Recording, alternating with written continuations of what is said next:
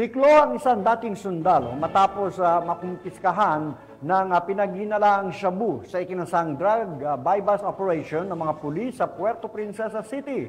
Nahaharap ang suspect sa kasong paglabag sa Republic Act 9165 o Comprehensive Dangerous Drug Act of 2002. Alamin ang buong detalye ng balita ni Patrolwoman Ana Rose Guadagna.